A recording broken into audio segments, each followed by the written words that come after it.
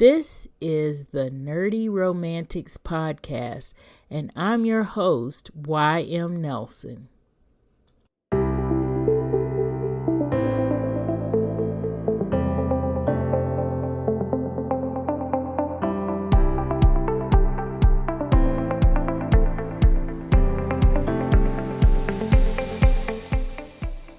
Hello, Nerdy Romantics. Today we are going to get nerdy, and we're talking about Star Trek Picard Season 2. If you have been with me and you've listened to, there's a two-part episode where I talk about Star Trek Picard Season 1. And I was really giddy about it because it was actually at 25 years where they showed Star Trek Picard. And the thing that made me so giddy about that is I had just watched the end of the Star Trek TNG series. And I was kind of reflecting on that because they go 25 years into the future.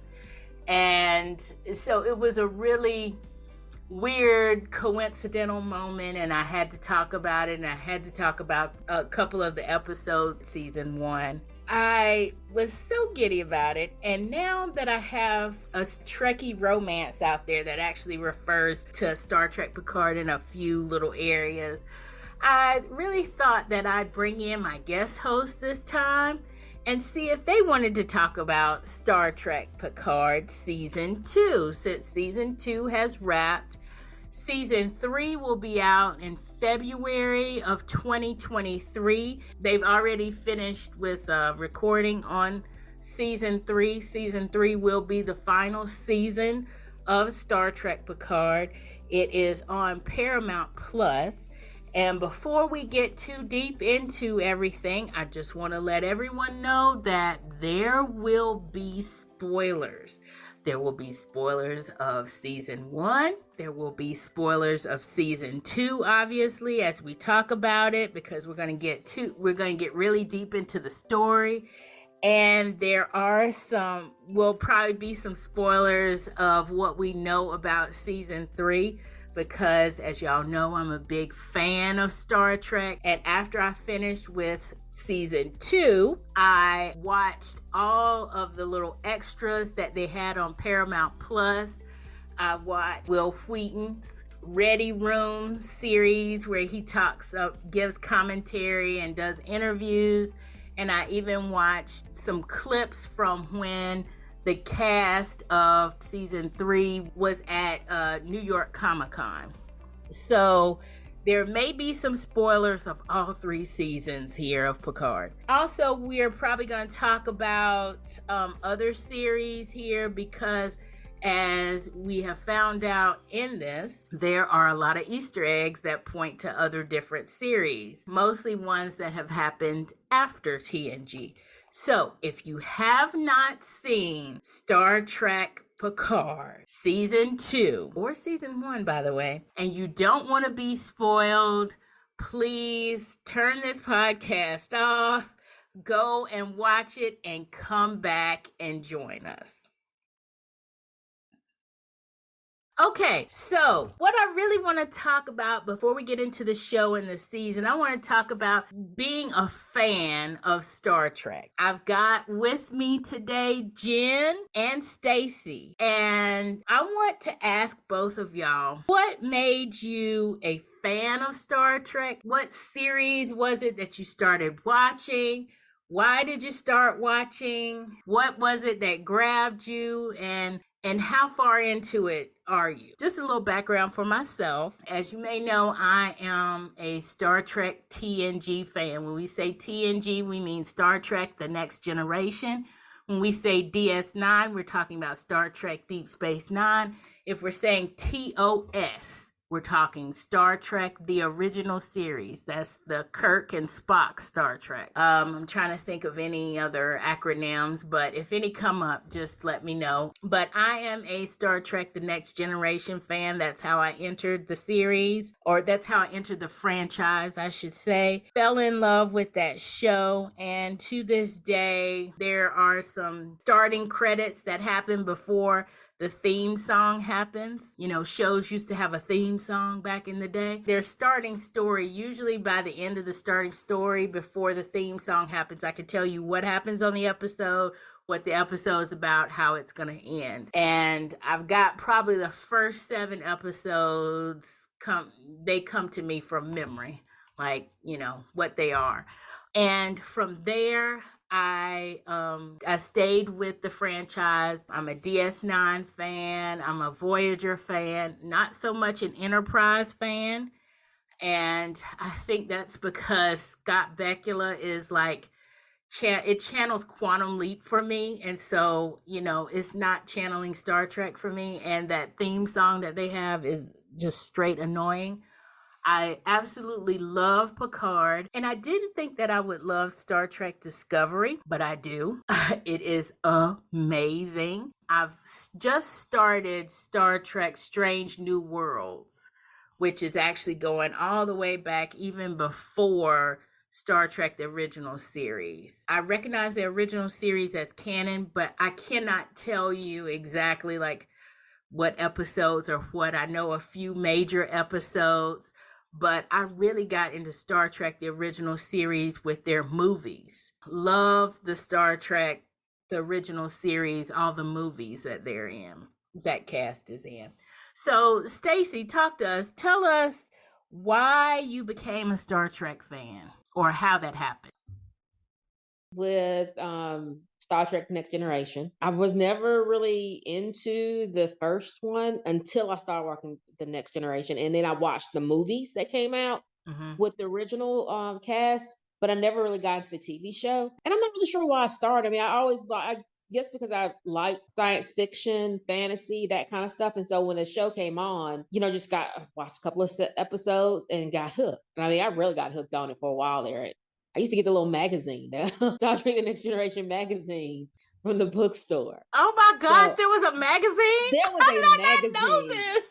And I used to get the magazine. It was, you know, so I mean, I really enjoyed that show. And that opened it up to when the next ones came out. So I dig into Deep Space Nine and Voyager. And I remember, and I don't even remember telling my brother this, but I remember when I saw Voyager, it's like, oh, it's a woman captain. I was like, we finally got a woman captain. And why did they have to make her get lost? Why is she right? And I remember, and I don't remember saying that, but like a couple of years ago, my brother was like, you know, I finally watched Voyager and realized what you was talking about. Oh my gosh. Because I must have been really upset at the time. And he was like, I don't know why you're talking to me about this. But, and again, same as you, I didn't really get into Enterprise that much. I was like, tried to, but I never got into it. The Discovery, I am enjoying that. I am. And I'm doing and I've watched you said New Horizons, that prequel. Yeah. I say prequel because it's not really a prequel, but it is the captain that was before James Kirk. Yeah, Captain Archer. I think he was either right before Kirk or one before Kirk, something like that. I think he was basically his mentor. If you canon, I think is his mentor kind of a thing. It is, yeah. I have gotten to that. That was been pretty good too, which I was surprised at because I was like, if I didn't like Enterprise, I wasn't gonna like this one. But no, I actually liked that one over Enterprise. And until you said the Quantum Leap thing, right. I was like, maybe that's why I didn't care much for it. Exactly. I just didn't see him as a captain. Right, exactly. It's so weird. I don't know why, but I kept thinking Quantum Leap. I mean, he was cool in Quantum Leap. Yeah, I like that show. I love the show. But I just couldn't get him there. Him on that. You guys know Quantum Leap is coming back. Yes, I know. I've seen it. I'm like, you know what? I'm going to try to see it. Right. Sorry, that's a whole other episode. Sorry. Well, But, let us know if you want to see that episode, if you want to hear that episode when we talk about Quantum Leap, because yes, I saw it was coming back and I'm like, ooh, giddy. Now, about the original Star Trek, I mean, I've admired it, but I never got into the episodes because I like, dude, who doesn't like Spock? I mean, Of course. you know, even though I never really watched all those episodes, I still love Spock. And so, I mean, which is weird, but I will watch that. And I watched Fringe, but not in part because of Spock, but when he came on Fringe, I was like, oh my gosh, Leonard Nimoy. Yes. Exactly.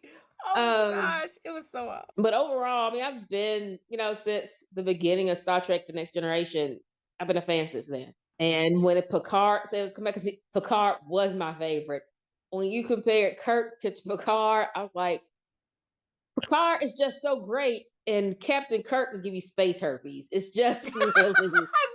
It was just, you know, I never cared much for Captain Kirk overall. So when they said Picard was coming, I was like, oh my gosh, yes, Picard.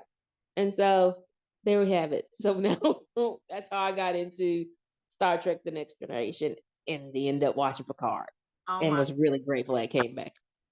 That's amazing. Amazing. Jen, what about you? How did you get into this Star Trek fandom world? How did you become a Trekkie? You know, the first thing I probably enjoyed in terms of Star Trek was the movies. I'm such a movie girl. I love going to the movies. Always have, always will. I didn't watch a whole lot of the original series. My brother really liked it, so it was on in our household, but I didn't really watch it. I didn't get into it until The Next Generation came out. And when that started, I was like, okay, I think I'm kind of into this. And it was Picard, honestly. It was Picard and his leadership style that I felt a lot more comfortable with, and I liked Data. Data was one of my favorite characters. Oh my gosh, Data is my favorite. Actually, I know, right?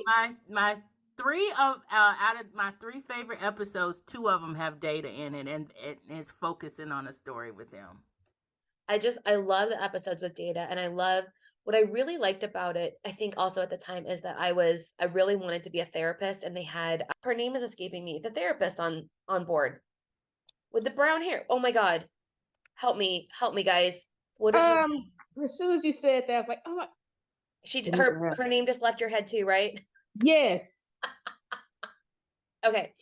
My point is that what I really appreciated was that in that series that they were going a lot more into sort of the psychology of exploring these new worlds and meeting these new and sort of having an impact on the universe and what that does to you as like a small human. I really appreciated that exploration. I appreciated that Data was exploring what does it mean to have emotions? What does it mean to behave like a human? And I really appreciated that type of exploration that they were doing on top of the fun, let's go to different worlds and different planets and be ambassadors and that type of thing. So I thought that's what really drew me into TNG. And like I said, I really liked the movies. My favorite movie though was the one with the whale. And I don't know, and Scotty. I just loved Scotty. But after that, I kind of fell off the wagon a little bit because I just had other things going on in my life, and I wasn't able to keep up as much with Deanna Troi. Thank you, Staci. Thank you. Deanna Troi is her name. Anyway, but I wasn't able to kind of keep up as much. I watched a lot of Deep Space Nine, but I wasn't able to watch it consistently. And then same thing with Voyager. I loved that Captain Janeway was the captain there, but I didn't get to see as many episodes as I wish I had. Now that I have a little bit more, the way that you can watch the shows by binging them is speaking to me. And so I have loved watching Picard. I've loved Discovery. I think they're doing some really cool things with Discovery. But I don't know if you guys have seen Below Decks. Below Decks makes I haven't me laugh. yet. Yes, but I've heard it's hilarious. I thoroughly enjoy watching Below Decks. It is so much of a comedy. It's so much fun. And my husband was a naval officer. He was on submarines. He loves to say that it is essentially a documentary about what really happens on ship. Oh, wow. Which is just hilarious to me. So anyway, so we have really enjoyed. Staci, what were you saying about Below Decks?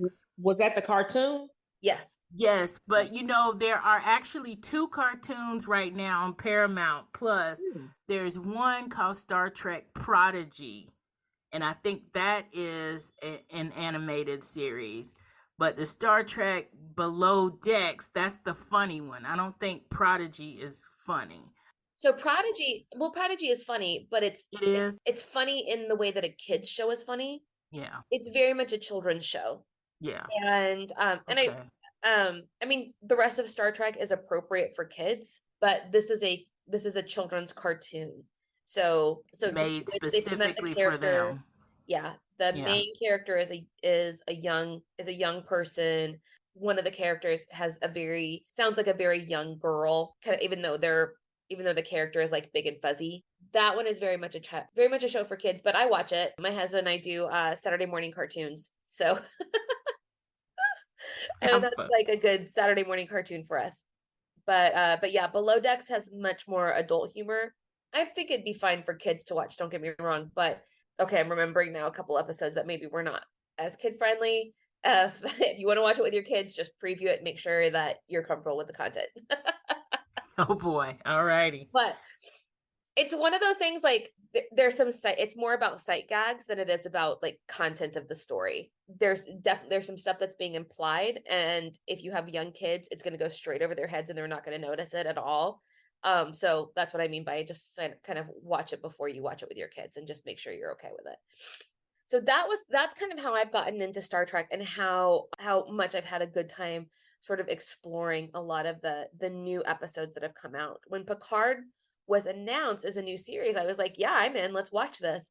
And I enjoyed season 1, but season 2, and we'll get into this a little bit later, season 2 definitely like had my attention, partially because I felt really lost for a little while, and then when I figured out what they were doing, I was in 1,000%. So that's me and my Picard journey. Now that you brought it up, let's talk a little bit about Star Trek Picard season 2. Let's start with the story itself, because I'm thinking that's what you're referring to, the story itself. Yeah, so to me, well, first of all, I feel like there's quite a few stories happening. This is one of those shows that I really feel like you need to have some Star Wars or some Star Trek under your belt in order to get it.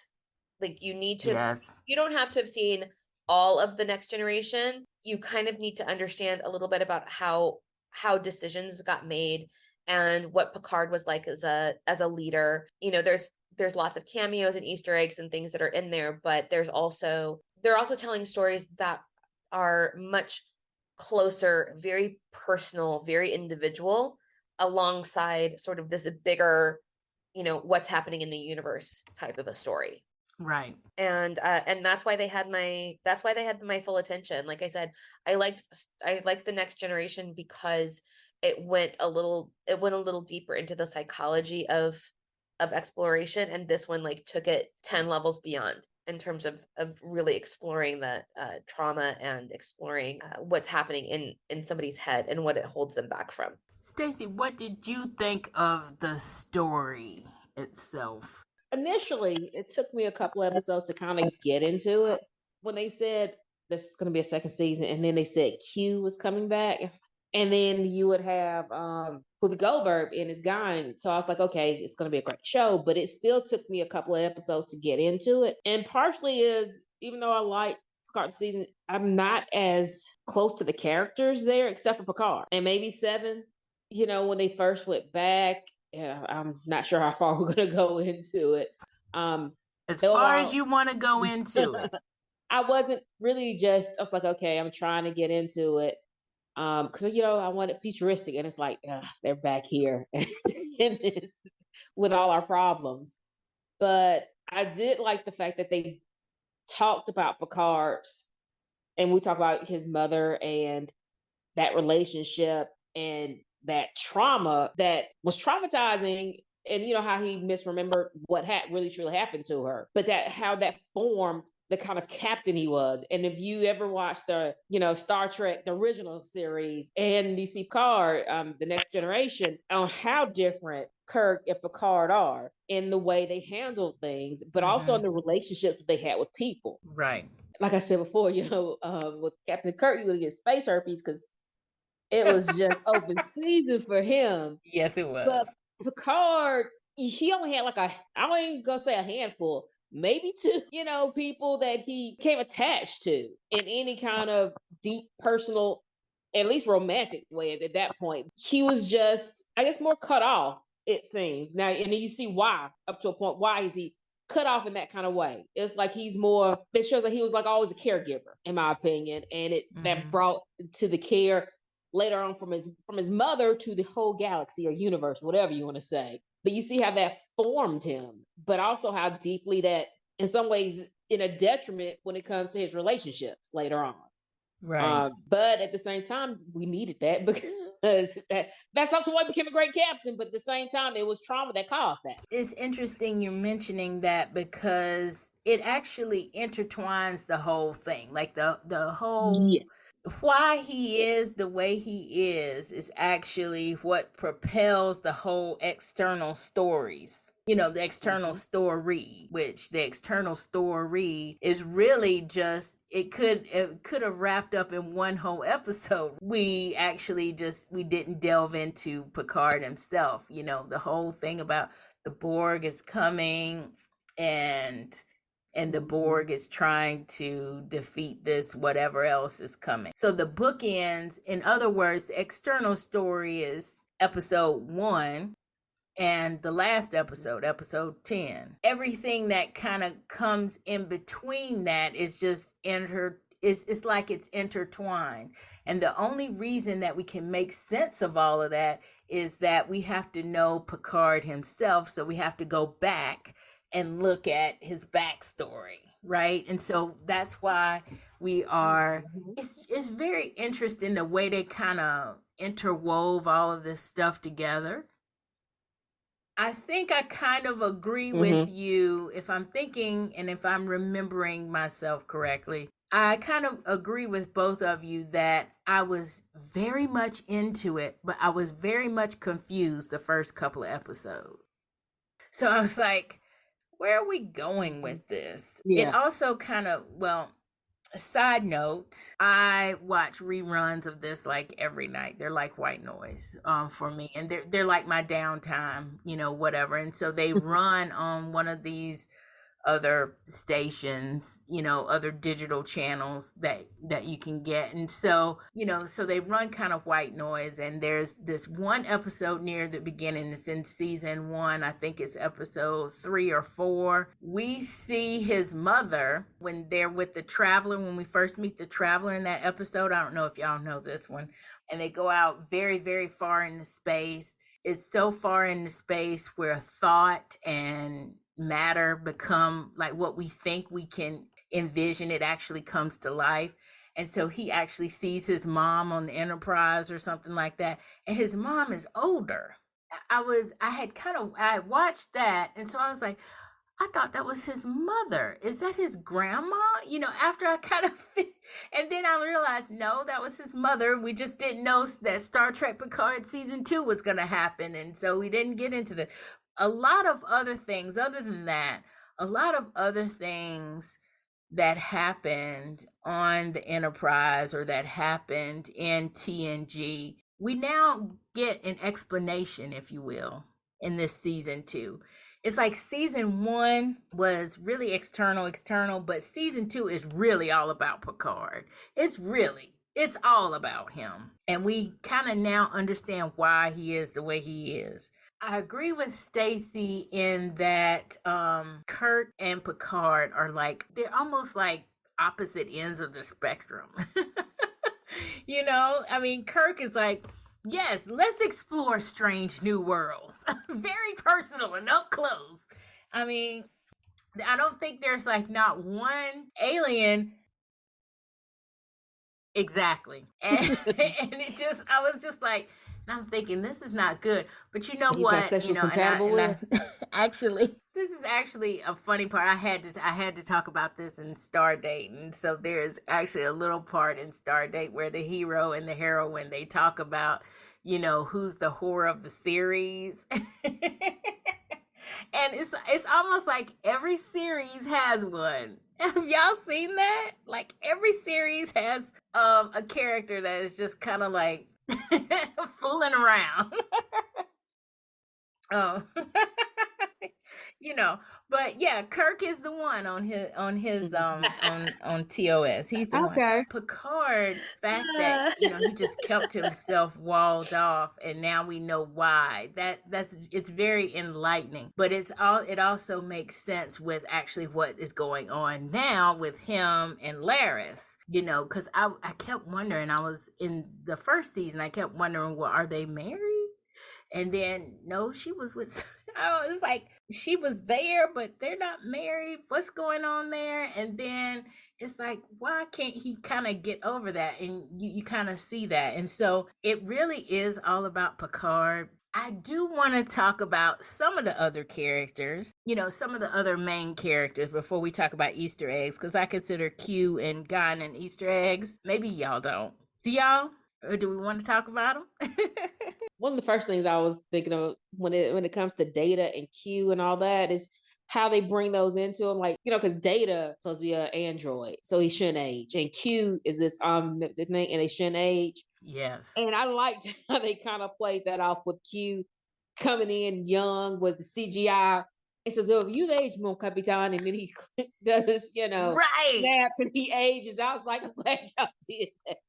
Exactly. I was like, but he's a god, so they could show that he's aged. And and it's funny with Guinan because with Guinan and see, there's actually a time kind of issue with Guinan because in the Next Generation, it actually was her. It was Whoopi's character playing Guinan back when they were like with they went back in time. Yes, they went back in time and to they San Francisco. But it was Whoopi playing it. Exactly. And it was with Mark Twain. So remember Mark Twain being? Yes. And that was a 2-part episode when they went back in time. So that's a good one. I like that one. Yeah. It's so good. I was thinking to myself, okay, so why is he then meeting new Guinan like he's Guinan from 2024? Why is he meeting Guinan from 2024 like he's never met I don't know, like she's never met him, I should say.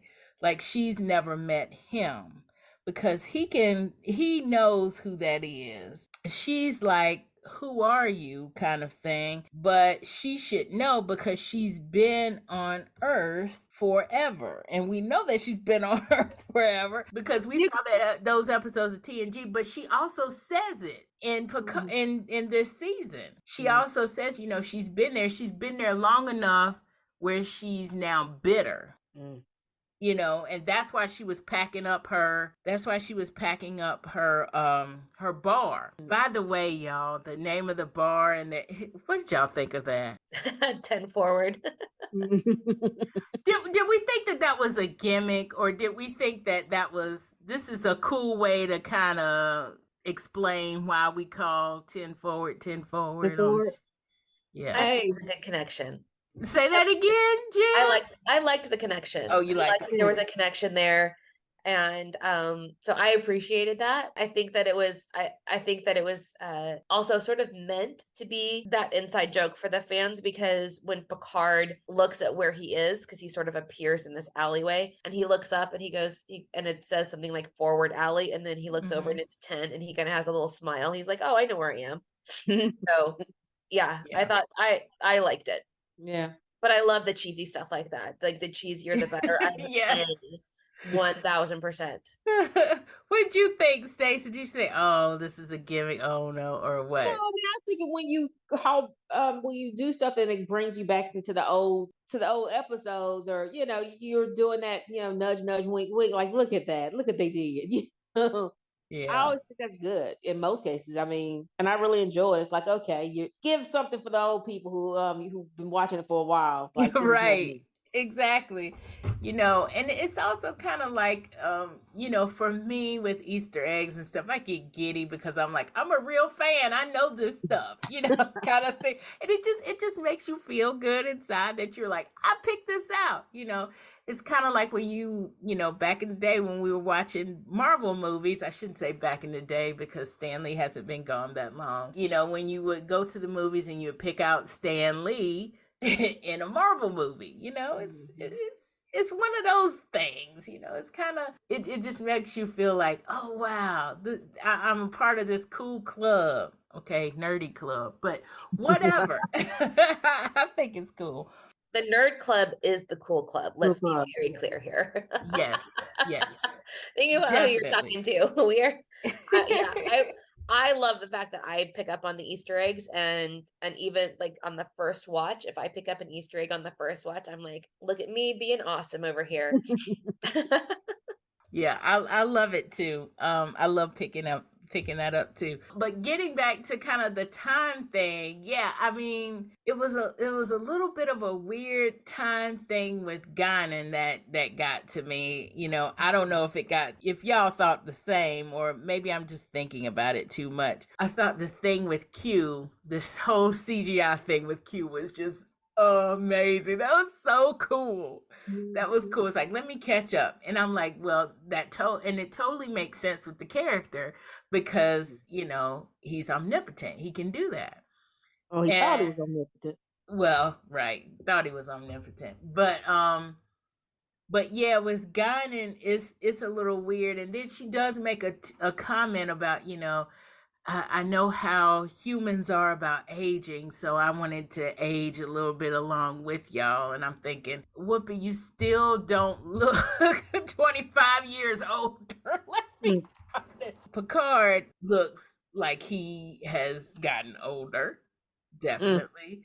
Yeah. I guess with Whoopi too, and with her with the Guinan character. She's supposed to be like, what, 500 years old now or something like that? Something insane. Yeah. Yeah. So let's talk a little bit about some of the other characters that we saw in this one. And also, now that we're talking, characters that are coming back kind of in certain ways, it's so funny with this because I've always felt like, and I don't know if y'all feel the same way, but I've always felt like at the end of Star Trek Nemesis, the movie, where Data is destroyed in that movie, for some reason, I remember him saying in an interview or something that Data, because Data doesn't age, we've got to kill off this character, kind of thing. And it's like, because I'm aging, kind of thing. He didn't say it like that. At the end of season 1, Data's character says, Picard, please let my conscience die. So we're thinking that we're not going to see Data again, right? Or anything like that. But we get here Brent Spiner playing a predecessor of Soong. What do we think about that? A predecessor of Soong who evidently at the end has a Project Con folder. Did y'all see that? I saw that. I was like, oh my God. I was like, yes, I know, right? I was just freaking out. And like Khan's name, is Khan Noonien Singh, and it's like, oh my God, we going crazy. I just about died. But what do we think about that, y'all? What do we think about seeing all these Soong characters? First of all, I'm just going to say Brent Spiner to play all these characters. Why didn't this man get an Emmy at some point? Well, I mean... Or did he? I mean, I missed it. I don't think he did, but I think, if you want to give something by playing multiple things, it'll be the person who played on... what was that? What's that show? Blab. I just talked about that show, The Girl and the Clones. She should get an Emmy for that. But for him, he's done that before. Because remember in the original series, he's played his maker before and his brother. Right. So, he played his maker, he played his brother. Remember in that episode where the holodeck was messed up because they had plugged Data into and he played like 5 different characters on that show. It was like 5 different characters, including a female character, played it on that show because Data was supposed to have replicated like throughout the system because they had this glitch. It's just amazing. I mean, first of all, it's amazing. But second of all, what are we thinking about? I guess this is more like a little bit of what are we thinking about Data's, well, not Data. What are we thinking about the Soon character in season 2? And say that again. His daughter or his character in there? His character and his daughter's character, because his daughter's character is actually also a return character from season 1, right? We see an iteration of her in season 1. So what do we think about that? The family has strong genes because they all look alike. Right. They're all the way back there in 2024. They just go for it. Yeah. This is a good model. We're fine. No need to change it up. Yeah. I think that, in general, she's a really cool actor. But what did y'all think about her becoming a traveler at the end? Did y'all remember that? I saw that, and I remember like, okay, she's gonna. Well, so I was glad she had something to see her more, because really, I don't think they evolved her character a whole lot during this whole season. Because for a while there, I forgot about her. I really did. Yeah. But I think she could be really interesting just because of the fact of who she is and what her father, I guess in quotation marks, is. And I mean, I'm not sure how I want to see the Travelers, but I kind of want to at least see how that starts off, if that becomes a thing. Overall, I mean, I wasn't as interested in their storyline. Once I started getting into the other one, I mean, we did need, I want to say Data's daddy. We did need to see his character, but I wasn't as interested in that storyline. Right. What interests, I'm thinking for me, what interested me most about that storyline was the very end where we saw that Project Con folder. Yes. And I was like, oh, yes, that's why they kept it in here. Yes. Right. I was like, my gosh, Easter egg. Not just Easter egg, but Easter egg. And I wonder if this is going someplace. Probably so. I mean, if you think about, like, if you watched the New Horizons, New Horizons, I don't know, they refer, I have to watch it again. If they refer to that, they talk about engineering and genetically engineered race of genetically engineered people and how that was outlawed. And that made me think, so this is, did Khan and him starting that whole thing start that up? Because it does have a thing in the, if you watch the New Horizons about that. Have you watched that? Ooh, I mean, I know you talked about it. Have you watched it? I haven't. You're right. It's outlawed then. Yeah. And I was like, so is this why it's been outlawed? Because that mean because of what he's going to do now? I mean, what he's going to do with Khan, but also what he did with his daughter. But once he goes even further with, we know the wrath of Khan is going to come. Right. Is that why that whole thing has been outlawed? Yeah, see, I haven't watched that far into it, but in Star Trek Into Darkness, when the reboot of TOS, with Chris Pine and Zachary Pinto as Spock and all of them. So in Into Darkness, Khan is in that one. And they did mention that part of Khan's backstory, if you're not a TOS person, or if you didn't see Wrath Khan or whatever, they give you that whole backstory of the reason why Khan is there and Khan's people, and the fact that, yes, he was genetically engineered, and yes, he was part of that, and that is part of the reason why they outlawed it. And so to see this happen in season 2, it's like, are we going to see the beginning of this genetically because they've been kind of back and forth between movies and series and all this other kind of stuff. They've been talking about it.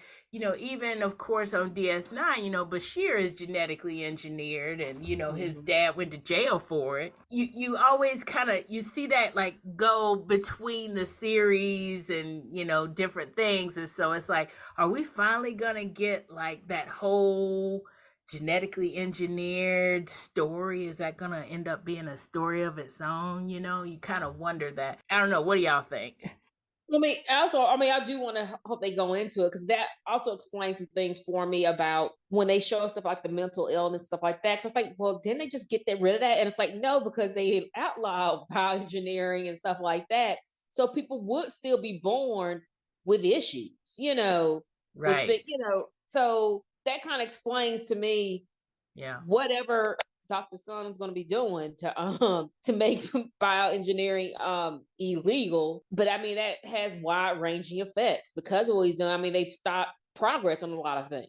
Because you would have thought that the whole thing with mental illness would have been gone best if they could do, something about that. Or did they ever say how Jordan LaForge lost his sight? Was he born like that? Yes, he was born like that, and they actually say that in the first episode, in the first Farpoint episode. And you would have thought, hey, they'd have fixed that in the before he was even, but now you know why they don't do that. Right, exactly, because technically, if we're looking at the timeline, Khan and all of them, they've had at least a couple of generations or whatever. I mean, it's been outlawed. The fact that Bashir is there and the motley crew of folks that he had on those couple of episodes they were mentally messed up. They were there because it had already been outlawed. So upstanding people like Geordi LaForge's parents, who were both Starfleet officers, and I think both of them were captains, they would not have put their kids through any kind of genetic engineering. So that's why he's blind. And even Picard's mom, after that had happened, after they outlawed the genetic engineering, because that was supposed to have come. You're saying that they're saying that in Strange New Worlds now. Yeah, it had already been outlawed. Yeah, that's the prequel. So it had been outlawed long before. The character they talked about, the character they talked about, she's an adult, and so it's like, so it had been outlawed before then. So it had to been outlawed early. But right, I think they said I'm not gonna start doing a timeline. I'm not gonna start doing timelines because I want to. I want to. I'm not gonna start doing timelines, but for some reason, I'm thinking genetic engineering was after those, the whole World War III thing that Q talks about in the very first Farpoint episode or whatever, where they do the trials or whatever. So that was supposed to happen in 22nd century. And I think at the end of the 22nd century, then it's supposed to be Khan and genetic engineering or whatever. It's supposed to be in that same century, which is supposed to be before the Enterprises. Because I think the Enterprises are in the 23rd century. Don't get me started with that. See, you want to see nerdy. Yeah. All right. I am completely out of my depth on this one, I gotta tell you. Completely out of my depth on this one. Move on. No, I want to go, but I kind of want to come at it from a different direction, just to say that there's folks maybe that have access to some of that genetic engineering and have it as an option for themselves or for their kids, and then other people might make a different choice, because ultimately Picard's parents, live on a vineyard, right? So they may not have been terribly interested in that type of thing. Now, I do think that genetic engineering is very different, though, than mental health. And I think that there was help available, but she wouldn't go. And that was the deal with his mom, because the dad mentions a couple times that about getting help for her, and this is better, we are here because this is better for you, and he's trying to move forward, but ultimately she is the one that is refusing care, which is very common in folks that have depression. So I think that's kind of where that difference is, that she could have gotten more help if she had agreed to it, but he wasn't gonna force it on her, right? That he gave her agency, which you can argue maybe that was the wrong choice, but ultimately, I mean, adults get to decide whether they have healthcare or not healthcare. So, yeah, I agree. I think that was the whole point with Picard's mom, is that she did not want to get the help that she could have gotten. I think she had depression, but I also think that she was bipolar as well. I can see that. She had a few episodes where it was like she was really happy, and she was playing the games and stuff with him and everything. And I think she has she had some bipolar issues. This actually, the whole genetic engineering and mental health and everything, it kind of brings me to some of the societal issues in season 2. We see so many societal issues in season 2, and one of those is focusing on mental health with the mother character, and the fact that, I think, yes, was obvious she has depression, but I also think that she has some bipolar issues. But also, there are a few other societal things that we see here. And part of the reason why we see some of these societal things is because of the story. Because they end up going back to 2024, which is still in the future for us at this point. But because they go back to 2024, right before they go back, we see an alternate version of what could have happened if Picard had chose differently. And that alternate version is rife with xenophobia. Mm-hmm. They also mention the environment. They don't do it blatantly, but they do mention this is why there's this grid around the earth or whatever. You see this little bits of like a grid, and it's kind of going up in smoke a little bit, and it's because they patch the ozone layer instead of fix the ozone layer. And so Right. It brings up, okay, they're making a commentary about the environment and about climate change, and they're also making a commentary which was disturbing for me, but not the first time it has been done on Star Trek, this commentary about xenophobia. Mm-hmm. So what did y'all think about how they addressed that, considering that these are big issues for us right now? And these are just 2 of them. We're going to go through a lot more of them. But what did you think about just those 2 at first? I think it was strange to see that there was so much for a world that we would recognize as having all this exploration, to see what happened when they were fearful of it, right? Mm-hmm. Yeah.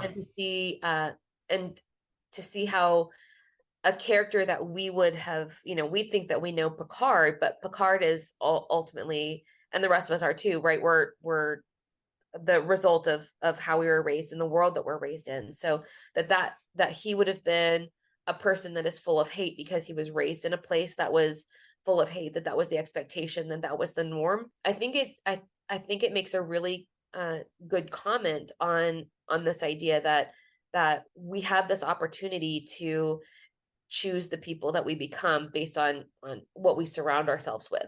And so ultimately he was surrounded by all this hatred, and therefore became a person that was full of hate. So, but when he was surrounded by, he had certainly trauma and tragedy in his past, but when he surrounded himself with and opened himself up to people that were different than him, he was somebody who was very open and accepting to people that were different than him. You know what I mean? So it's kind of a... Yeah. Staci, what did you think about issues that they brought, these 2 particular ones? Well, when I first watched it, I thought about here currently in the world, black, white, brown, I mean, just all the different races, and how we're always, when I say we are always, but I mean, just like everybody is, against this, against that, against this. But then, if you watch any other alien movie, and when they come down to attack us, we all get together as one, and we're all together in brotherhood, that kind of thing, right, to defeat the enemy. To me, it's the same thing, as in, but they've created the enemy as any outside, even if they're not really an enemy, they're just different. Now the Federation is not, reaching out to hug each other, to reaching out across the galaxy, like, we are the galaxy. Stuff like, we're the world, we're the galaxy. It's, I'm putting, my foot on your neck because we're humans and we rule this shit. I mean, that was a startling change, but I could see how that could be twisted. I mean, all it takes really is fear of the other. Yes. And people will start to, we need to push this down. We need to do this. We don't want them coming over here or, showing us all this Vulcan crap. We don't need that, Right. It's just how easily that can turn. And if you're watching that and like if you compare that to like, dude, that was like one. I mean, I'm not sure how many years between Star Trek the original series, is supposed to be Star Trek: The Next Generation. If they're kind of going by the same canon, when did that happen? Did that happen under Picard's watch? That became, the I guess Earth Nazis at this point, or was that always a Federation? Did that change because of Picard's upbringing, and then that became it, or was it early? And maybe I missed that. But they didn't really connect that alternate timeline to the timeline that we know. They didn't really do that connection. But I mean, I just the way they set it up, it was like Picard kind of fueled this whole thing, but you don't really know. They didn't really specify. It's just they focused on him because it's his show. So but I mean, I think it's just fear mongering, and you just, once you pick the target, people find it. If you make it fearful, people will turn like that. And I don't. Yeah. And there are people who will hopefully stand up for it, or stand up against it, rather. From at least the last few years, you see how fast that can happen, of just being, it's a us versus them mentality. Right. And how, and then if you would think that the better or the more advanced we've become, that we'd be less like that. But seeing that did not really give me warm fuzzies about the future. Right. Because, but at the same time, it was like more realistic, I guess, than anything else, that just because we may advance in society, or, if we don't do something, it will just be more advanced technology wise, but doesn't mean that on other issues we have advanced unless we work at it. Right. It's like we've advanced in technology, but not advanced in moral certitude or whatever. I think for me, I kind of have a two-part kind of feeling. First off, I feel very much like both of you. It's like seeing this is really, it was almost too real. And, because this is also on Paramount Plus, I'm going to make a quick plug, but The Good Fight is also on Paramount Plus, and I happen to be also watching The Good Fight kind of at the same time.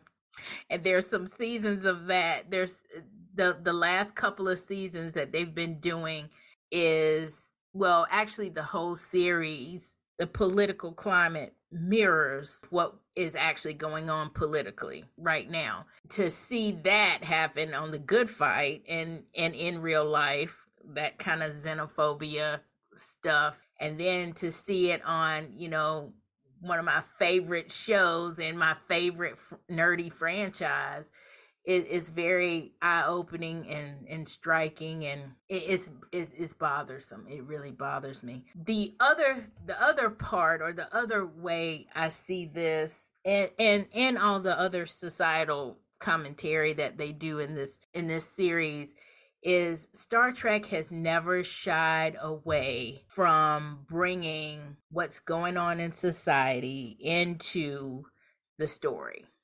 They're like, it's quintessential science fiction. That's a lot of what science fiction does anyway. It's just, it gives, you're looking at it and you're thinking aliens and, whatever. But really the stories are very human. It's a very human concept. And a lot of times people have to view something as something totally different in order to get it, right? In order to understand, hey, this is a warning. This is not the way to go, kind of thing. And Star Trek TNG, in my opinion, was amazing at it. To me, DS9 was all about religion and religious tolerance and war, and Voyager was a lot about the environment. But environment and, about social relations as well. But TNG, to me, touched on a lot of these societal topics and just went at them head on. And this is one of the ones that, yes, it went at it head on. Also, another nerdy moment. So even though I haven't watched a lot of the original series, there is this one episode where Kirk and Uhura, and there's I think Scotty, but a few of them from the Enterprise get caught on some planet, and they end up going into this alternate reality where Kirk is a general. And immediately when I saw Picard as this general, people were amazingly violent. It kind of took me back to that TOS episode, and that episode was kind of like a very xenophobic episode, and actually they were doing a Hitler's like salute in that episode, just to kind of shed that light on this is not a good thing, right? This is what you're headed to, kind of thing. I get the whole canon of it, and I get the appreciation of it, but I also get the wow, I didn't really need to see this right now. I can kind of feel it. So everybody go vote. But anyway, these are just kind of two of the societal issues that we see. But then when we go to when they end up going back in time, because that's how they fix everything that's going on, they end up going back in time. We also see some other societal issues. Captain Rojas, is that his name? Anyway, when they end up, okay, yes, Chris. So yes, when they end up going back in time, yes, and they Captain end up Rojas, getting beamed down to Earth, Chris? Los Angeles, 2024. Chris. Yeah. Captain Rojas, who is from South America. I think his people are from South America. But anyway, Chile. Okay, good. Yeah, I was like, I know it's a South American country. Good, thank you. So they, Chile. he ends up somehow getting hurt. He Oh, actually yes, mentioned that I that remember was how he from got Chile. hurt. He ended up when he materialized off of a fire escape or something, or something like that. Anyway, so he ended up getting hurt and ended up going to this clinic that was actually helping immigrants, and ICE raided the clinic. So you've also got societal issues here. When they go back to 2024, you've also got more in your face, actually even more in your face than looking at it from alternate universe. We've got it right here, right now: immigration, ICE raids. So what do we think about kind of how they're doing this? We've got ICE raids, we've got mental health issues going on. What do we think about all the societal issues that we have coming up, all these other issues that we have coming up, especially the one about immigration, because they did several episodes about that? Well, I kind of thought it's the emphasis of what it's going to be like in that alternate reality, really. Right. And I was just thinking to me, that's what it was. It was just, this is how you can get to that. It's just, instead of people coming into this country being the aliens coming in, it's going to be real, different aliens, and we're just switching it up. Certain people in power, you need to have somebody for them to fear, and then we hate together. That is an interesting way to look at it. Jen, what did you think? So I was thinking that if we look at ICE and that fear that we have of folks who are different, and you can definitely see the connection between that and what that alternate reality became, right? There's the what is her name? Renee.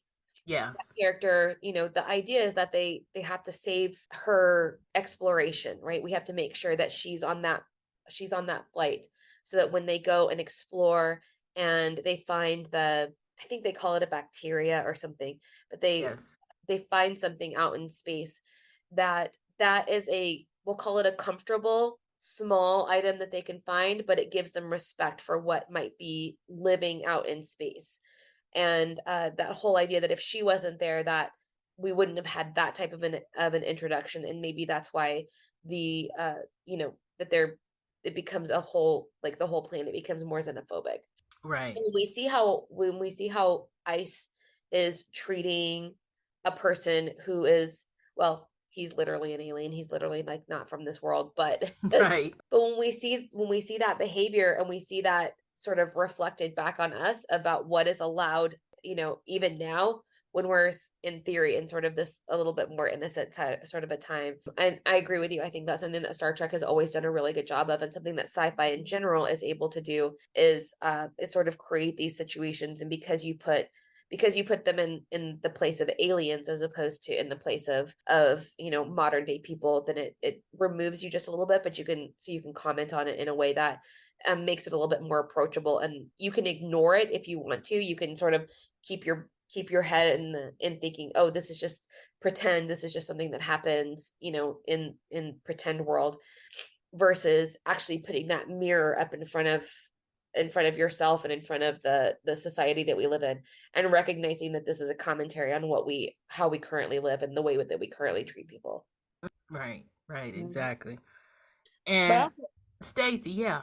well, I was gonna say that fear and stuff, even when it's not something you need to fear, because we saw that in the who was it, that police officer that got Picard Right, and got him? Wells, the agent that Yeah, the yeah, and he agent. had this experience when he was a boy. Yeah. Boy, and it caused a lot of fear and anxiety, fear in him of the aliens. And I was like, oh. and, Right. and how, but it really wasn't something. I mean, they were just coming there to make observations, put a tag on some on some people for later, but they were just there to see. They weren't there for anything nefarious because they were Vulcans. But that fear that he had as a child, and they were trying to do this to my head, and it's like they're trying to just so you won't remember it, and they totally botched that up. Whoever that was needs to be fired. Yeah. Um, but that fear stayed with him for the rest of his life. That he was about, the next. If he was a little bit more just fearful and hateful, he was like, vivisection. Let's cut them up because they're not key. Right. He was to me, it was like it was just enough. He's just enough to believe and wanted to prove that he whatever. At least it wasn't so fearful enough that he was able to believe Picard when he said they were not trying to do anything evil. And you were right. You were not a crazy kid. You were right. There was somebody here. They're Vulcans and they weren't whatever. So I mean, but it was how close he was to the edge of he could have been. I don't care what the reason you came here for. You're an alien. Let's cut them open. As we always see with ET and all that. We're gonna study you. But he was still at least open minded enough to let Picard let them go. Yeah. Right. And destroy his career in the process too. Right, exactly. That's what I was Yeah, gonna good say. point. No, true. So he was on that edge, and he at least went on the. At least he stayed on the. He didn't go off the edge there. Because that could have gone very wrong. That could have gone very wrong. Yes. But yeah, so kind of pulling it all full circle, Star Trek, like a lot of science fiction stuff, as we said, it does show us kind of what could happen if we take certain paths. It shows more of the human condition than you think that it shows, or that it sees on the outside. And of course, as this is Nerdy Romantics podcast, that's why there's always a good romance somewhere in there in sci-fi that's not very far away. And that's why these two things go together, even though you don't think that they go together. What do we think about the relationships of people in general, first of all?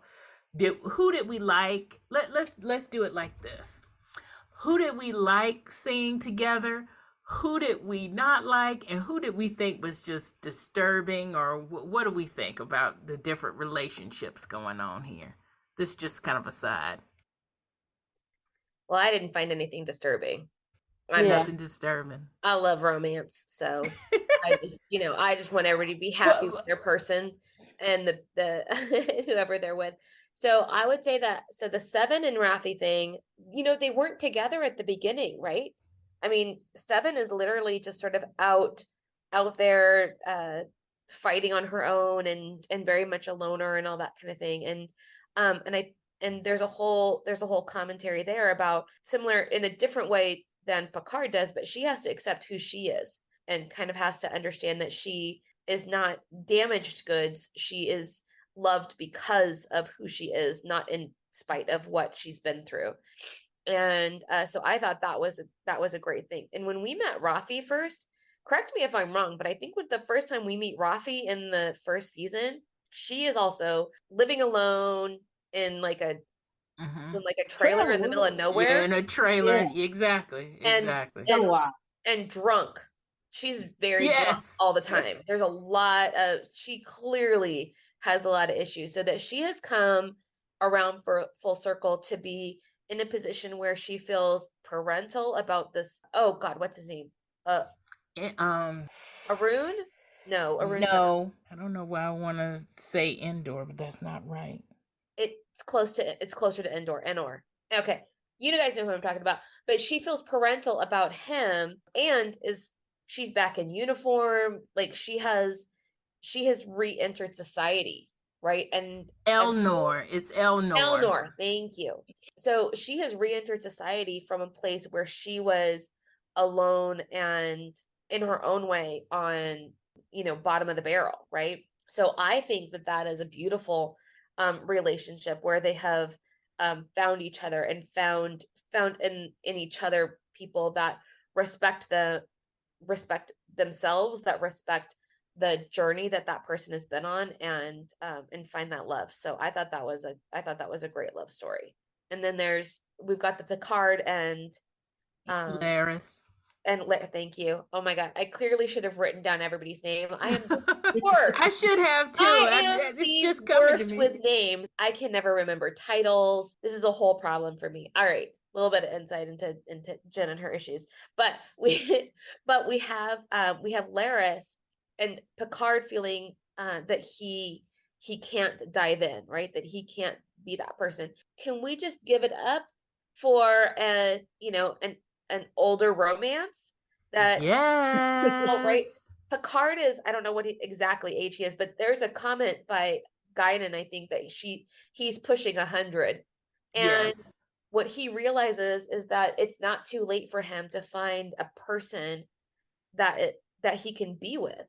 And I think that's a beautiful thing, not only for Picard being 100, but for anyone to just kind of be like, you don't need to be alone for the rest of your life. Find somebody that brings you joy and be joyful together, right? Right, exactly.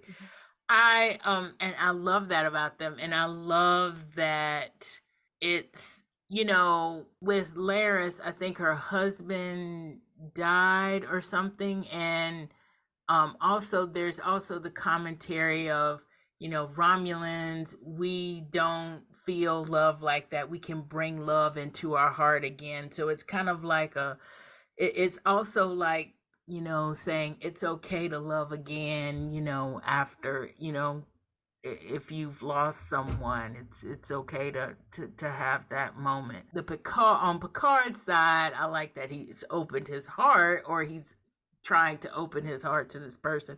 But I also like on Laris's side that she gives kind of that explanation, and it's more so for the watcher than necessarily for her, because she's already gotten to that point where she can love again, right? So she's already gotten to that point, but it's more for the watcher saying it's okay to love again, kind of thing. Yeah, exactly.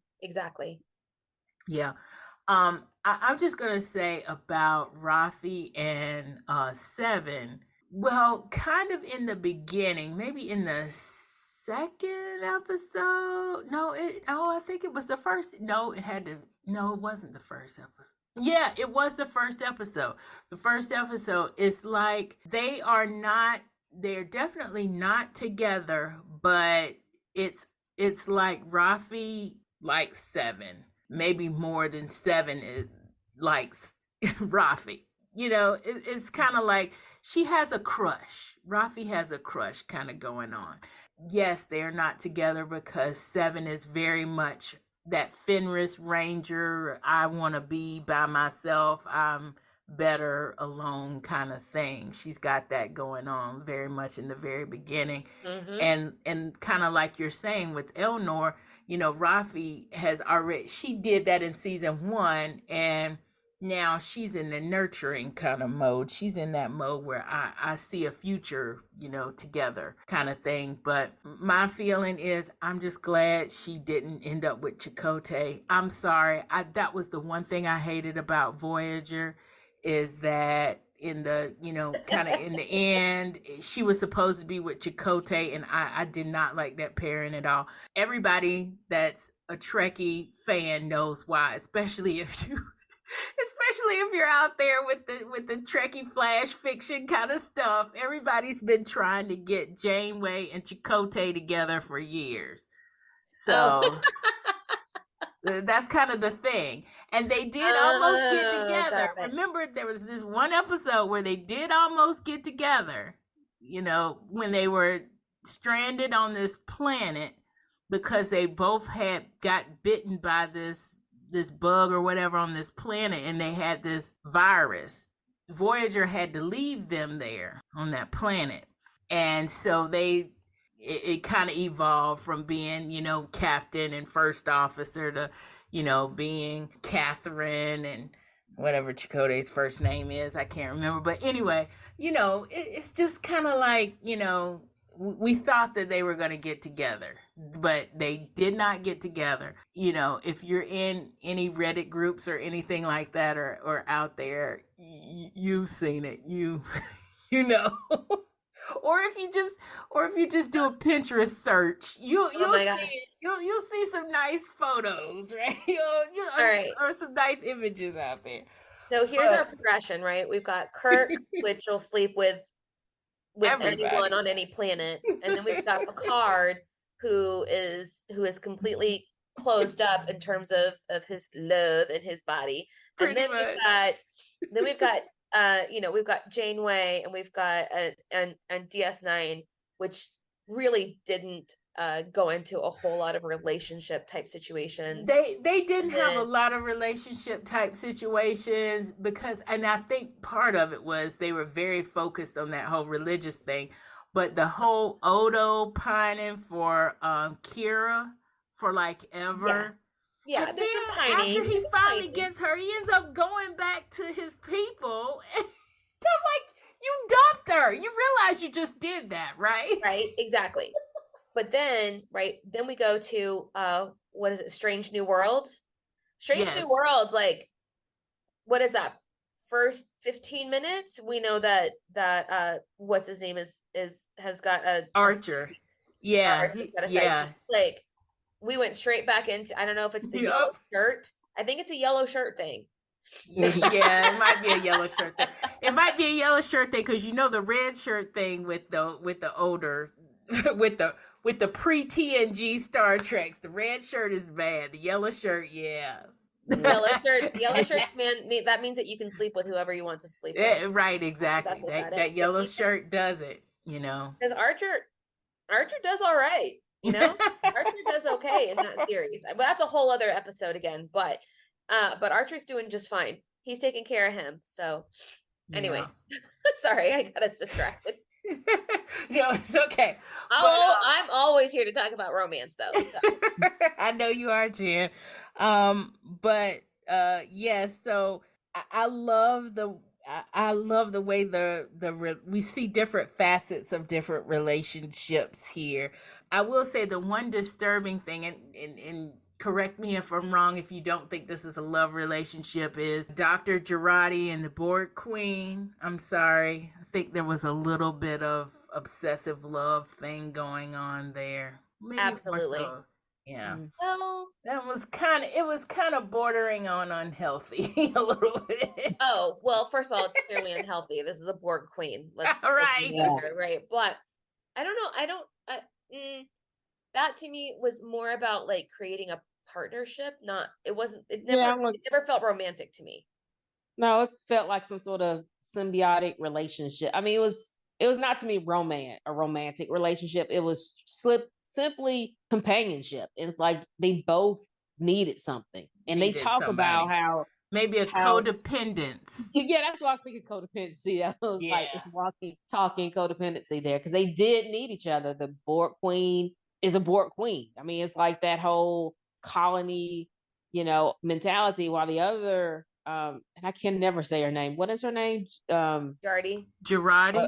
And of Girardi. course, Yeah. my clock goes off. So y'all talk amongst yourselves as I mute myself. Yeah, and Girardi. But the other relationship that we kind of see, a relationship that we kind of see happen is Captain Rojas and the doctor that he meets in 2024, and how that relationship comes about. And I really like that. To me, that kind of was, if it, in my opinion, that was the healthiest relationship on the show. Is that just me, or is that the healthiest relationship on the show? I liked them together. I did. I totally liked them together. Yeah, and I think it's the most vanilla, I guess. Yeah. Out of it, it's just stuff that we see a lot more of. Single mom and a guy. I mean, it's a Hallmark movie, so Yes. So it's kind of something that we're Especially used to seeing. when the boy does the cake, when he's like, "I want cake." Like, this is so Hallmark movie. I mean, that is for that one there. And I mean, I didn't. The other was 7. I really didn't notice it. I mean, it was just something like, oh, they are together, and that kind of thing. I didn't really notice the romance part of most of it at all, for whatever reason. The only thing I did notice, y'all were talking about Captain Picard and Laris, and I was like, the only thing I noticed is like, she's close to being age appropriate for him. Right. And I said, I'm just saying, in theory for TV stuff, because technically speaking, he is still 20 years older than her. She is at least in her 60s versus, hey, Captain Picard and the 21-year-old that he's seeing now that he found love with someone new, So I was glad of that. When I saw that, I was like, oh. But I will say, for the very few relationships that Picard had, they were always age appropriate. Versus like Riker always wants some young nubile woman. Yeah. And then keeping Deanna Troi on. Deanna Troi's mother, I love that. Oh my gosh, yes. So fun. But yeah, so I just wanted to throw out the little romance part in there since we were talking characters. But before we go or whatever, I want to talk a little bit about Easter eggs. There's so many Easter eggs in here from different series, and we talked a lot about them here.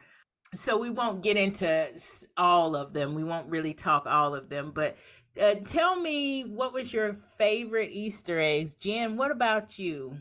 Something that stuck out and you were like giddy because you were a Trekkie, you were a fan. Okay. Controversial opinion, but I really enjoy the Q episodes. A lot of people don't like them. A lot of people don't. I love them. Because they're very different. But I always really enjoyed the Q episodes, and so I was just really glad that Q was there. Which isn't an Easter egg. I mean, he's kind of a big character in the show, but I really enjoyed that. Okay, come back to me, because there was something on the tip of my tongue, and now I can't think of what it was. Okay, I'll come back. Staci, what about you? What were your favorite Easter eggs? I mean, I like the end when he brought out the file that said con. And I was like, oh, yes. But I thought, and I meant to stop it and to rewind and turn on the closed captioning to see if they actually said that. But they actually, I think when they're in the alternate world, that alternate, reality, and 7 was walking with her husband talking about something. It was like, and we need so-and-so from Commando. I think he said Commando Cisco. And I was like, is it Cisco? Yes, General Cisco. Yes. They said, I was like, what? And that was one of those things. Like, are they gonna bring him in? I'm gonna I know. I was, but at that point too, I was like, please don't bring him in. I was like, oh, this is gonna be cool if they bring him in. But then at the same time, I was like, please don't bring him in at this point, because they were at like the height of the xenophobia at that point. And I'm thinking, a black general I don't know. It just didn't ring right with me. But yes, I felt it too. Jen, do you remember the one you were thinking? No, that's okay.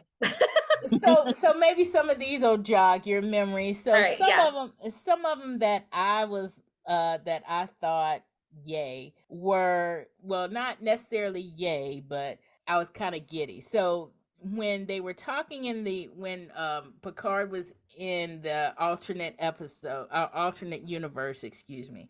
When he was in the alternate universe, they are walking through his The trophy room. chateau, right? The trophy room. So the first thing you see is this picture of the Stargazer, which, by the way, the ship that they were on in the first and last episode was called the Stargazer. Everybody remembers the Stargazer was Picard's first command. That was his first time he was captain, was on the Stargazer. But you also see this picture of the Stargazer. You know what? It didn't dawn on me at the time, but something, made me think he had on TNG, he had a picture of the Stargazer, but it wasn't a picture. He had a model of it. When you first come in his ready room, there's a model of the Stargazer there. Of course, everybody, when they're thinking ready room, they're thinking about that big fish that he had in the but which is cool. But he also had like a model of the Stargazer in his ready room, and I was like, that's where I got that from. But it's that. But the other thing that had me kind of giddy in a bad way is that in this alternate universe, because humans are, because they're xenophobic and they're like, humans, are it, they're killing off all these other people. And so he had these skulls of people that he had killed off. And some of the skulls were, one was Gul Dukat's skull, one was General Martok's skull, and one was Sarek's skull. And everybody knows Sarek is Spock's dad. And actually on TNG, there were a couple of episodes with Sarek, and Picard had a mind meld with Sarek. And he actually got closer to Sarek through that mind meld than Spock ever got with his dad, because he never had a mind meld with his dad. I was like, the juxtaposition of hearing them say, one of these skulls is Sarek's skull. I'm like, the Picard that we know would never do this. The other thing is, as far as being a Trekkie and as far as being giddy, we hear the General Sisko, and also Martok was DS9, which, is kind of, with DS9 is kind of, when you think about TNG, DS9 is kind of like that black hole in the middle. There could be a connection with Voyager, because of Seven, and Seven being a Borg, and Picard also being a Borg. When he was Locutus, we have that connection there.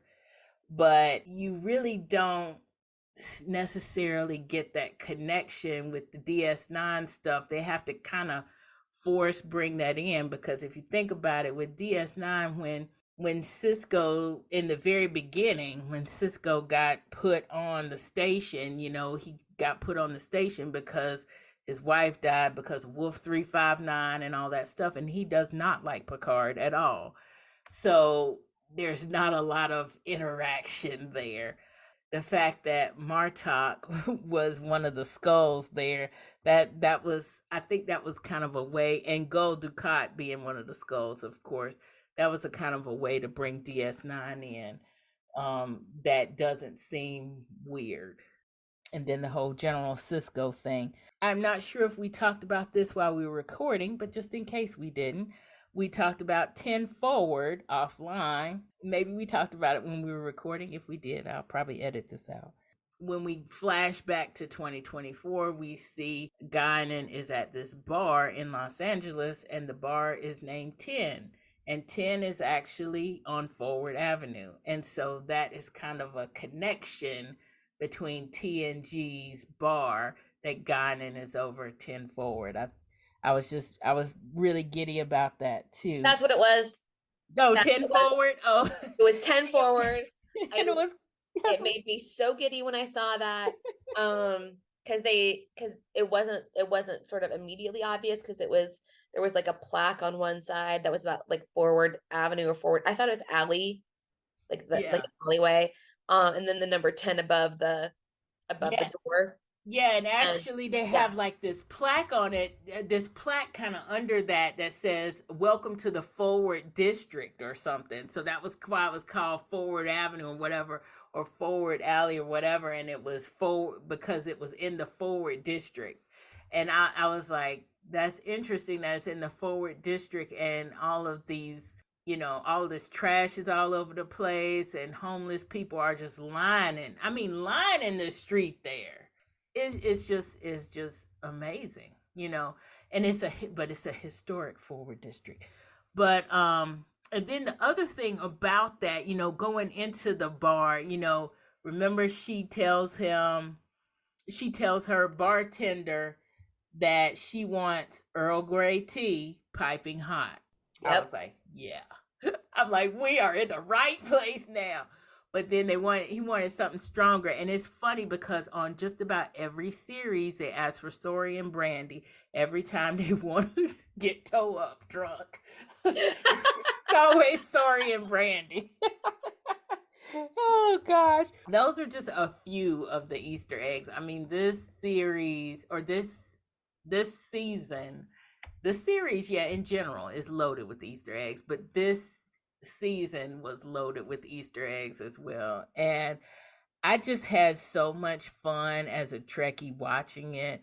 And my mind was open, and as just a watcher and a lover of story, also a person who's very in touch with what's going on at the moment, and is an educated voter. It just hit me on all those different levels, and I think that's why I'm giving this season 5 stars. So let's talk about our rating here for the series. For season 2 of Star Trek Picard. We give everything a Goodreads rating, and it's been a while since we've done a book read, but I know Goodreads is for books, but we do it for everything here. Our Goodreads ratings go like this. Goodreads rates a 1 star as you didn't like it, 2 stars, it was okay, 3 stars, you did like it, 4 stars, you really liked it, and 5 stars, it was amazing. And so that's why I'm giving it 5 stars. I thought that this season was done so well, and it was amazing. And I love the whole story, the mystery component, which we didn't really talk about with the Borg Queen kind of thing, but we'll leave that for those who maybe, even though we warned about spoilers, they still kept it on with us. But so I won't reveal that, but I just love the whole thing. It gave me levels. So I'm going to give it 5 stars. Staci, what about you? What's your star rating for this one? My star rating was probably 4 stars. I really liked it, enjoyed it. The only thing is, like, I wasn't like I wanted like a dump, a binge watch of it kind of a thing. I was like, okay, I can wait to see the next episode. So that's why, okay. That's why I would say a 4 versus, I wanted to see the next episode, but it wasn't as, oh my gosh, no, you didn't lay it like this. Now, I only felt that at the very end of the okay. last. Yeah. But I would say a 4. Okay. Jen, what about you? What's your star rating? All right, I'm going to go 4.5. Because on the one hand, I loved, like I said before, my favorite episodes of Star Trek are the ones where they really go into the psychology and explore the brain more so than the space, more than the universe. And so those are my favorite episodes. So because this entire series was essentially that, spoke to me, and I loved it on so many levels. I would agree with Staci that they could have done a little bit better with the endings and making you feel like, oh no, I want to watch the next episode immediately. And I also felt like the last episode, like once we sort of get them back back into the future, right? So they're back on the that spaceship, and they're being confronted with the Borg Queen. I felt like all of that was kind of slow, and also sort of wasn't satisfying ultimately. I'm glad that they connected. I'm glad that they, were like, oh, hey, look, it's our friend, right? I'm glad that they did that part of it. And so I understood that part. But in terms of we're all going to like band together and save the sector from this, anomaly that's happening, I felt like that was just a little too tidy. That's why it gets the half star. Okay. All right. That makes sense. And, even though I've given it 5 stars, I will kind of agree with you there on the last episode being a little slow. I did think it was a little slow, and I thought, is it me, or have they wrapped up the story already? Yeah. And then they wrapped up all the good stuff. Yeah. And so then when we go back to the ship, it's more like, oh yeah, I forgot this is what we were doing in the first place. Yeah. That's how I felt. Yeah. Exactly. Yeah. And so the framing device was very much a device and wasn't. Yes. Yeah, it really wasn't, because I know there was a whole thing like they had to be afraid of the Borg Queen, and then Q had to take them off the ship to go back and like figure out why Geordi was the Borg Queen. Like I understood that part of it, but yeah, they just kind of that didn't feel as satisfying as the rest of it did. But yeah, it was like this is an explanation for some of the stuff you saw in episodes like 3 and 4 and whatever. This is why this happened, kind of thing, and this is why we played this song, and this is why this happened. So it was kind of like, oh yeah, that happened. So it was a wrap up, but yeah, I agree. It was kind of a slow wrap up. I feel like if they had done like an extension off of episode 9, but I know that they're not going to do that because the last season was 10 episodes, and I actually looked this up. So the next season is going to be 10 episodes as well, because they've already finished filming it. So that, it's just kind of a round number, I think. But as far as story goes, they probably could have done another 30 minutes and cut half of that last episode. We would have still had the full circle moment. I will say though, when I had the full circle moment, this is why I gave it the 5 stars, I was like, oh my gosh, yes, that is what happened. Because I love little puzzles and mess. I love puzzles and stuff. And so just kind of seeing how all of that fit together, that actually, made me a little bit giddy, because I, it was like a little puzzle kind of being solved. So exactly. Yeah. Totally get it. That was my point. I just want to say I am so happy I found 2 other Trekkies who will talk Star Trek with me. I love that y'all are here. Thank you for joining me on this. It was great being on. Very happy to be here. So happy. Thank you so much for the invitation. I have my husband and I did watch the show together, but it's so much fun to talk to you guys about this stuff. And you guys always have like completely different insights than I do, and it's awesome. I love it. Just for the rest of you out there, on my audience, if y'all are also Star Trek lovers, we are going to talk Star Trek Discovery next. And while we absolutely love that show, I hope everybody loves that show as much as I do. So stay tuned with us for that episode. Thanks so much for listening. So that's all for this episode. We've got a new website at nerdyromanticspodcast.com. But don't fear, all of our episodes and their show notes are on our new website. While you're there, please consider donating to our podcast with the donate button at the top right-hand corner, or the Buy Me a Coffee button on the show notes for each episode. Your donations go straight to keeping this podcast on the air and keeping all of our episodes out there for you to listen to whenever you want to. If you want to get our show notes in your inbox, please consider signing up for our Nerdy Romantics newsletter. The sign-up form is at the bottom of each page on our new website. Thank you for listening.